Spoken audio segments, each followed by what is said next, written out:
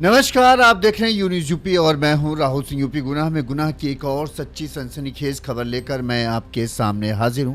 ये हमारी जो खबर है यूपी के गोरखपुर जिले की है, जहां पर एक बार फिर रिश्तों को शर्मसार कर देने वाली वारदात को अंजाम दिया गया।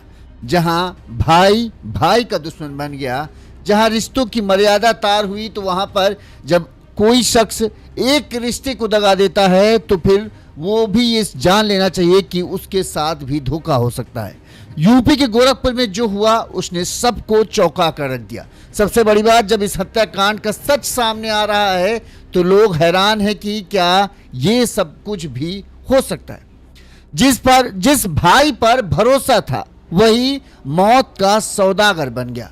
गोरखपुर में रिश्तों के बीच पनपे प्रेम संबंधों ने ऐसा खूनी मोड़ लिया कि एक परिवार की खुशियां हमेशा के लिए उजड़ गई। एक भाई जिसकी हत्या हुई, वहीं एक भाई हत्यारा बन गया। आरोप है कि चचेरे भाई ने पहले अपने चाचा के लड़के को पहले जमकर शराब पिलाई। जब वो शराब के नशे में धुत हो गया तो अपने साथियों के साथ मिलकर उस पर ताबड़तोड़ चाकू से वार किया। वो अपने आप को बचाने के लिए इधर उधर भागता रहा, लेकिन चचेरे भाई को तरस नहीं आया। उसे इस बात का भी वो नहीं रहा कि ये हमारे ही सगे चाचा का बेटा है, हम इस पर थोड़ी सी दया दिखाए। लेकिन ना, सर पर जब सनक सवार हो और खून सवार हो जाए तो फिर रिश्तों की मर्यादा जो है खत्म हो जाती है, तार तार हो जाती है। यही यहां पर हुआ। चचेरे भाई ने अपने भाई पर चाकुओं पर तब तक ताबड़तोड़ वार किए जब तक वो लहूलुहान होकर गिर नहीं गया। इस दौरान जब हत्यारों को लगा कि ये मर चुका है तो वहां उसे तड़पता हुआ खेत पर छोड़कर भाग जाते हैं। इस दौरान किसी तरह से रेंगते हुए, लड़खड़ाते हुए युवक जो है, घायल युवक अपने गांव तक पहुंचता है। इस दौरान उसकी आखिरी चीख निकलती है और इसके बाद वो वहीं पर गिर जाता है। जो लोग उसे घायल देखते हैं तुरंत ही उसे अस्पताल लेके जाते हैं, लेकिन तब तक खून ज्यादा बह जाने की वजह से उसकी मौत हो जाती है। मौत होती है तो परिवार में कोहराम मच जाता है। पता चलता है कि चचेरा भाई जो है इसे ले गया था। इसके बाद पुलिस आती है, पुलिस मामले की जांच पड़ताल करती है तो चौंका देने वाला सच सामने आता है। पुलिस को पता चलता है सिर्फ चचेरा भाई ही नहीं, चचेरे भाई की मौसी का बेटा और उसके दोस्त इस पूरे हत्याकांड में शामिल है। और हत्याकांड की वजह जानेंगे तो आप भी हैरान रह जाएंगे। हत्याकांड की वजह थी चचेरे भाई की मौसी के साथ प्रेम संबंध, अवैध संबंध। चचेरा भाई इस बात को पिछले कई सालों से बर्दाश्त कर रहा था, लेकिन अब वो उसका कहें सब्र का बांध टूट चुका था। भाई जो जिसकी हत्या हुई वो पिछले कई महीनों से जो है गांव से बाहर था। 3 या 4 दिन पहले ही वो गांव लौटा। तब भाई जो चचेरा भाई था उसके दिमाग में वही फितूर आ गया कि ये इसकी वजह से मेरे परिवार की बदनामी हो रही। लिहाजा चचेरे भाई ने मौसी के बेटे के साथ मिलकर ऐसी खूनी साजिश रची जिसने पूरे गांव को हिला कर रख दिया। अब हम आपको पूरा घटनाक्रम विस्तार से बताते हैं ताकि आपको पूरा मामला समझ में आया कि आखिरकार भाई भाई का दुश्मन क्यों बन गया। आस पड़ोस में रहने वाले लोग, अगर आपसे हम पूछे सबसे ज्यादा आप किस पर भरोसा करते हो, तो आप अपने सगे भाई का नाम लोगे, सगी बहन का नाम लोगे, और उसके बाद अगर कहें किससे लोगे तो चचेरे भाइयों के नाम ही आपकी जबान पर आएंगे। लेकिन यहां पर जिस पर भरोसा था उसी ने सीने में खंजर उतार दिया। आखिरकार ये क्या पूरा मामला है हम आपको बताते हैं। उससे पहले एक छोटी सी अपील, अगर आपको हमारी खबर अच्छी लगती है, आपको लगता है कि हम सही तरीके से खबरें दिखाते हैं, तो आप हमें आर्थिक तौर पर सहयोग कर सकते हो। जैसे हमारे इन दर्शकों ने हमें आर्थिक तौर पर मदद भेजी है। हमारा फोन पे नंबर स्क्रीन पर फ्लैश हो रहा है। इस नंबर पर आप अपने सामर्थ्य, अपनी क्षमता अनुसार हमें मदद भेज सकते हैं। हम आपके आभारी रहेंगे। चलिए अब हम आपको पूरी खबर विस्तार से बताते हैं ताकि आपको पूरा घटनाक्रम समझ में आया, फिर इस पर हम लोग बात भी करेंगे। ये घटना जो है, जैसा कि हमने आपको बताया, ये घटना जो है यूपी के गोरखपुर जिले का गीड़ा थाना क्षेत्र है। यहां पर बनगवा गांव है। इस बनगवा गांव में जो है 28 साल का विजयपाल अपने पिता और भाई के साथ रहता था। विजयपाल के पिता कृष्ण कुमार जो हैं इस गांव के पूर्व प्रधान भी रह चुके हैं। विजयपाल 2 भाई हैं। 2 भाइयों में विजयपाल सबसे बड़ा था और अभी दोनों भाई जो है बेंगलुरु में रहकर जो है पेंट वगैरह का काम करते हैं। कई महीनों से वहीं थे, लेकिन इस दौरान जो है कहते हैं विजय का जो है अपने चचेरा भाई इसका है विनय, उस विनय की मौसी के साथ जो है इसके प्रेम संबंध थे। बेंगलुरु में रहते हुए भी विजय जो है मौसी के साथ जो है, अब चचेरे भाई की मौसी यानी इसकी भी मौसी, तो मौसी के साथ प्रेम संबंध थे और मौसी से जो है ये अक्सर फोन पर बातचीत भी किया करता था। वहीं गांव में भी इस बात की चर्चा थी, जिसकी वजह से विनय को काफी बुरा महसूस होता था कि देखो लोग उसकी मौसी के बारे में अनाप शनाप बोल रहे, वो भी किसकी वजह से, उसके चाचा के लड़के की वजह से। कहते हैं 6 दिन पहले जो है विजय पाल, चूंकि अब छुट्टियां हुई तो पता चला गर्मी का टाइम था तो वो भी चला आया कि चलो गांव चलते हैं, तो 6 दिन पहले ही विजय पाल गांव आया हुआ था। रविवार को यानी कल देर रात करीब 1 बजे के आसपास जो विनय है, चाचा का लड़का जिसका घर बगल में ही है, वो विजय को कहता है यार बहुत दिनों बाद आए हो, आओ चलो तुमको पार्टी कराते हैं। तो विजय भी चूंकि इतने सालों से बेंगलुरु में था, महीनों से बेंगलुरु में काम कर रहा था, तो काम करते करते ऊब जाता है और जब एक ही गांव के लोग, एक ही जगह के लोग बैठते हैं तो थोड़ा अच्छा लगता है। लिहाजा उसने कहा हाँ चलो भाई ठीक है, महफिल जमाते हैं। कहते हैं गांव से करीब 500 मीटर दूर जो है एक ईंट भट्टा है, वहीं पर विजय और विजय पाल, विनय पाल दोनों वहां पर गए। चचेरे भाई ने यहाँ पर शराब वराब का अच्छा खासा इंतजाम किया था। इस दौरान जो है चचेरे भाई विनय के मौसी का लड़का, शायद उसका नाम पवन है, इसके अलावा मनदीप और दुर्गेश, 2 और 3 लोग टोटल विनय पाल के दोस्त, यानी टोटल 4 लोग वहां पर पहले से ही पहुंच गए। विनय, उसका मौसी का लड़का पवन, मनदीप और दुर्गेश, ये 4 लोग और इसके अलावा विजय पाल, 5 लोग बैठ गए और पार्टी शुरू होती है। ये चारों जो है सिर्फ दिखावे के लिए शराब पी रहे थे कि विजय को लगे कि हाँ ये सब भी शराब पी रहे हैं, लेकिन इनका मकसद ये था कि विजय को किसी तरह से इतना नशे में धुत कर देना कि वो अपना बचाव ना कर पा रहा है। और ये सारी साजिश थी चचेरे भाई विनय की। अब पार्टी का दौर शुरू होता है, धीरे धीरे 1 बोतल खत्म, 2 बोतल खत्म, और ये सब मात्र नाम मात्र की पी रहे थे और विजय को इन्होंने खूब नशे में धुत कर दिया। नशे में विजय इतना धुत हो गया कि ढंग से खड़ा भी नहीं हो पा रहा था। इसके बाद अचानक से विनय अपना असली चेहरा विजयपाल को दिखाता है। विजयपाल नशे में धुत था, उसे समझ ही नहीं आ रहा था कि विनयपाल क्यों उसके साथ गाली गलौज या उसे उल्टा सीधा कर रहा है या उसका कॉलर पकड़ रहा है। विजय उसे रोकने की कोशिश करता, लेकिन नशे के चलते उसके हाथ पैर उसके काबू में नहीं थे। इस दौरान विनय ने वो खूनी रूप अपना दिखाया जिसके बारे में विजय शायद सपने में भी नहीं सोच सकता था। विनय ने चाकू निकाला और उसके साथियों ने भी उसका इस पूरे कांड में साथ दिया। सबने विजय को दबोच लिया और फिर विनय ने ताबड़तोड़ चाकुओं से उसके ऊपर कई सारे वार किए। सबसे ज्यादा वार सीने से लेकर कहते हैं नीचे तक पूरा छेद के रख दिया था। इतनी बार चाकू मारी गई थी कि जख्म गिन नहीं सकते थे। बुरी तरह से कई बार चाकू मारने के बाद जब खून से एकदम फवारा छूट पड़ा और लथपथ, चूंकि ऐसे ही नशे में था, लथपथ हालत में कहते हैं विजय वहीं पर गिर पड़ा। इन्हें लगा कि विजय बिल्कुल हिल डुल नहीं रहा, लिहाजा वो मर चुका है। इस लिहाजा उसे उसी हालत में वहां छोड़कर ये चारों जो हैं अपने अपने घर आ जाते हैं। पहले अपने अपने जो खून उनके निशान थे उनको साफ करते हैं, चाकू को फेंक देते हैं और फिर घर पहुंच जाते हैं।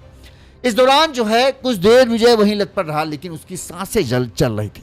किसी तरह से खून से लथपथ हालत में विजय अपने गांव जो ये है बनगवा वहां पहुंचता है। इस दौरान गांव के पास पहुंचकर वो तेज से 2-3 बार चीखता है। उसकी चीख सुनकर गांव वालों का ध्यान इसकी तरफ जाता है तो लोग इसकी तरफ दौड़ पड़ते हैं, तो देखते हैं कि ये खून से लथपथ है। ये एकदम 3-4 बजे के आसपास 1-1.5 घंटा वहीं पड़ा था, उसके बाद ये पहुंचता है। जब इस दौरान जो है लोग पहचानते क्या रहे, ये तो विजयपाल है जो 6 दिन पहले आया। तुरंत ही चूंकि इसके पिता पूर्व प्रधान थे तो गांव का सभी लोग जानते थे। तुरंत ही कृष्ण कुमार को इस बात की सूचना दी गई कि भाई आपका बेटा जो है ये एकदम खून से लथपथ है और ये मिला हालत।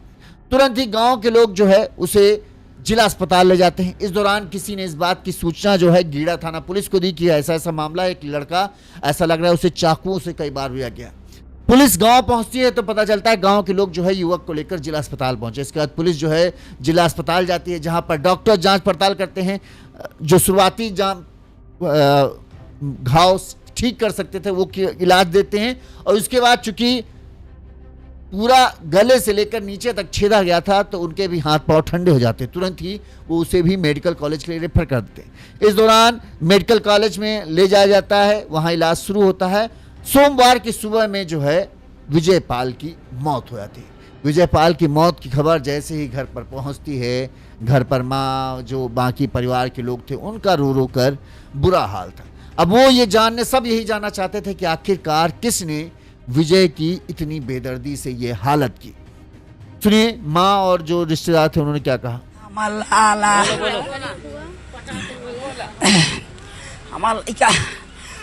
बोला से घरे ना आयल है, बाहरी बार बोला के ऐसा कार कैले है। और का बोला भट्ठा और भाई है। हमार लड़का बतौला बयान दिला है, कहला अम्मा भी नहीं रहना है, 5 जनी रहना है, अकेले दुकेला तो बाज गए हो, 5 जनी 6 जनी हो गई ना। ओके पीछा चक्कू मार ले हमें, चक्कू मार ले हमें। अरे बापो, मेरे चाचा का लड़का है विनय, उसके साथ 3 लड़के थे उसके दोस्त, वहाँ बुलाकर भट्टे के उधर ले जाकर सब मारे हैं। फिर वो भैया मेरे उठ के यहाँ गुरट्री स्कूल के पास आए, उसके बाद आवाज़ दिए, कुछ लोग गए तो हम लोग को बुलाया, हम लोग गए दौड़ते। उसके बाद ऑटो आया, हम लोग उसमें बैठे तो हम तुरंत पूछे कौन मारा है, तो कह रहे हैं बिना वाम के मल्लो कर साथ 3 ठे और लेके रहना है। चाकू से सिर्फ गर्दना पर 5-6 जगह लगा है। और मेरा अनीता कुमारी। अब इसके बाद पुलिस चूंकि जिस तरह से जख्म थे वो साफ दिखा रहे थे कि जाहिर सी बात है युवक की हत्या की गई है और बड़ी ही सोची समझी साजिश के तहत हत्या की गई। पहले युवक को शराब के नशे में धुत किया गया और फिर उसे मौत के घाट उतार दिया गया।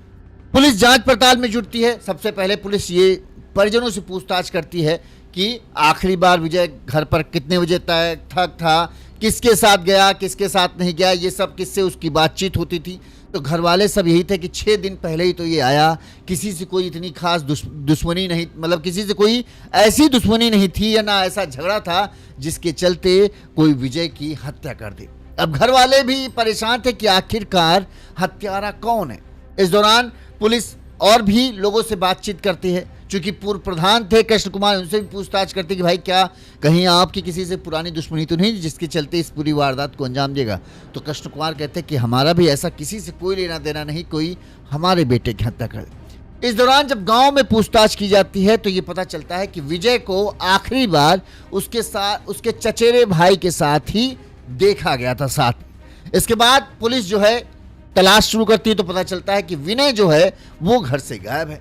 विनय के परिजनों से पूछताछ की जाती तो कहते हैं हमें पता नहीं कहाँ गया भाई। और विनय के जो पता किया जाता है कि विनय के दोस्त व्यवहारी कौन कौन, तो पता चलता है जो विनय के दोस्त थे वो भी गायब है। इस दौरान इससे पहले ये सब भाग पाते पुलिस ने इन चारों को हिरासत में लिया। हिरासत में लेकर अब इनसे पुलिस पूछताछ जारी कर रही। लेकिन शुरुआती पूछताछ में विनय ने जो बताया उसने पुलिस और घर वालों सबको हैरान कर दिया।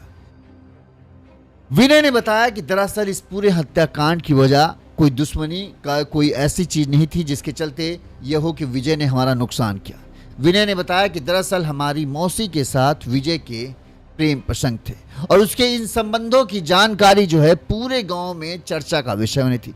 पूरे गांव के लोग इस बारे में जानते थे, जिसकी वजह से जो है लोग, भले ही विनय को ये लगता होगा, भले ही विनय के बारे में लोग बोलते ना हो, लेकिन विनय को ये लगता था कि लोग मेरा मजाक उड़ाते हैं कि मेरी मौसी को देखो चचेरे के भाई ने फंसा रखा है।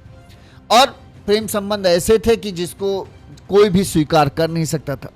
इसी के चलते कहते हैं कि विनय ने 1-2 बार शायद विजय को इस चीज़ के लिए मना भी किया, लेकिन उस तरह से नहीं कि नहीं एकदम सख्त हिदायत देके कि अगर नहीं करोगे तो समझ लेना, इस तरह से नहीं। उसने उनको समझाने की कोशिश की कि ये ठीक नहीं है, ये सही नहीं है, जिसके चलते जो है विजय ने इस बात को मानने से इनकार कर दिया। अब लिहाजा विनय को लगा कि और कोई रास्ता नहीं, तो उसने अपने भाई के, चचेरे भाई के भरोसे का फायदा उठाया। जब वो आया तो उसको लगा कि ऐसे तो ये मानेगा नहीं, फ़ोन पर बातचीत चलती रहती है, मिलना जुलना भी होता रहता होगा। लिहाजा विनय ने अपने 4 साथियों के साथ मिलकर, बताते हैं इसमें मौसी का बेटा भी शामिल है, वो उसी मौसी का बेटा है, दूसरी मौसी का बेटा पता नहीं, लेकिन 4 साथियों के साथ मिलकर जो है अभी, क्योंकि पूछताछ जारी, 4 अपने 3 दोस्तों के साथ मिलकर पूरा प्लान बनाता है। इसमें विनय तो रहता ही है, इसके अलावा पवन शामिल रहता है। पवन के साथ एक दुर्गेश नाम का युवक है, वो है, और एक मिनट और नाम सबके हम देख लें। हाँ, पवन, मनदीप और दुर्गेश, ये 3 लड़के जो थे इसके दोस्त थे विनय के। इन चारों को साथ उसने ये प्लान बनाया कि हम इसको बहाने से ईंट भट्टे के पास लेके आएंगे, रात में लेके आएंगे, क्योंकि गांव देहात में आप जानते हैं कि लोग जल्दी सो जाते हैं, सन्नाटा जल्दी हो जाता है। ऐसे में कोई हमें ये नहीं देख पाएगा कि विनय को हम लेकर आए। लेकिन विनय जो है ये भूल गया कि जब जैसे तुम किसी को फोन करोगे, विनय ने घर से विजय को नहीं बुलाया, उसको फोन के जरिए बुलाया कि आओ पार्टी करने चलते हैं। जब विजय जो है गांव से बाहर निकलने लगा तब ये मिलते हैं, फिर इसको लेकर ये ईंट भट्टे के पास जाते हैं। इस दौरान कॉल डिटेल से भी पुलिस को ये पता चला कि हाँ विनय की इससे बातचीत हुई थी, जिससे की वजह से जो है विनय पर ज़्यादा शक गया। अब विनय से पूछताछ की तो उसने ये सब बताया कि इस वजह से जो है हमने अपने 4 साथियों के साथ मिलकर इस पूरी वारदात को अंजाम देने का फैसला किया। बहाने से विजय को हम लोग ईंट भट्टे पर ले गए, वहाँ पर हमने इसको शराब के नशे में धुत किया ताकि ये किसी तरह से अपना बचाव न करे। जब हमने चाकुओं से वार किया तो इसने अपने आप को बचाने की कोशिश की, लेकिन चूंकि हमारे 3 दोस्त थे, तीनों दोस्तों ने इसे दबोच लिया, जिसके चलते वो चाह कर भी अपने आप को नहीं बचा पाया। और जब तक मुझे ये नहीं हो गया कि अब विजय बचेगा नहीं, तब तक मैं चाकुओं से वार करता रहा, क्योंकि विजय को हमने समझाने की कोशिश की थी लेकिन नहीं मान रहा था, तो हमारे पास कोई और रास्ता नहीं बचा था। इसीलिए हमने इस पूरी वारदात को अंजाम दिया। इस मामले में पुलिस ने क्या कहा वो भी सुन लीजिए।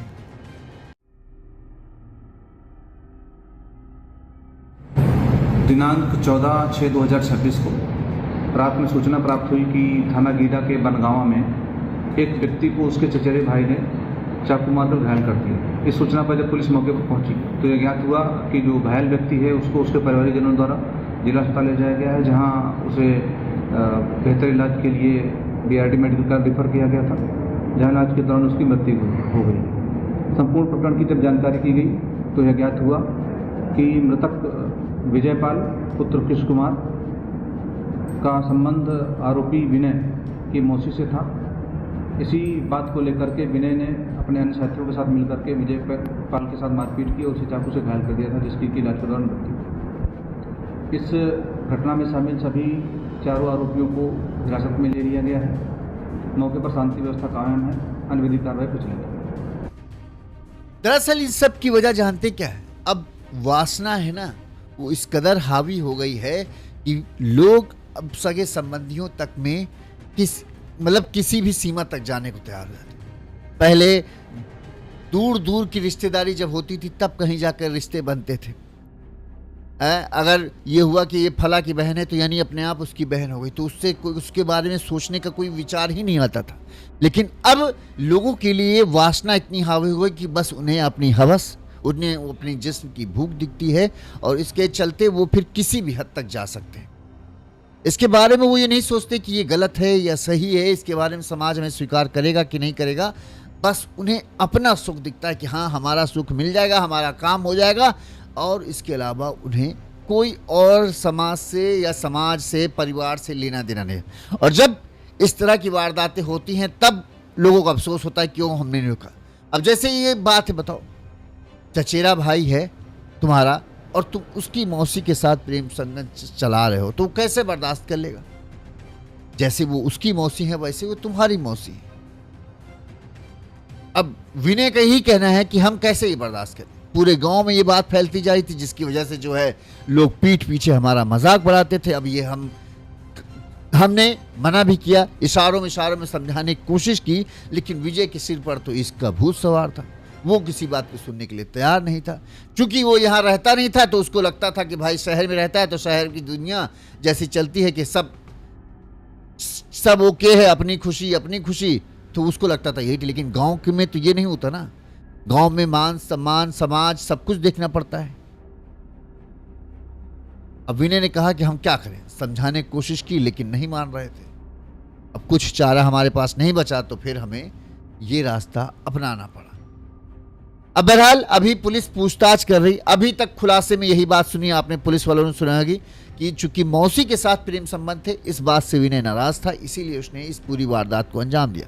अभी खुलासा पूरा होना बाकी है, पुलिस पूछताछ कर रही है, शायद कुछ और भी वजह सामने निकल कर आए। अभी तो गांव के लोगों को भी, चूंकि गांव सब जगह यही चर्चा है कि इसी वजह से विनय ने किया है, तो अभी तो यही बात सामने आ रही, लेकिन आगे चलकर क्या कोई और भी बात सामने आ सकती है। अब ये एक चूंकि गिरफ्तार हो चुके हैं, हिरासत में हैं, उनसे पूछताछ हो रही है, शायद कल पुलिस इस पूरे मामले का विस्तार से खुलासा करे कि आखिरकार इस हत्याकांड की अहम वजह क्या है।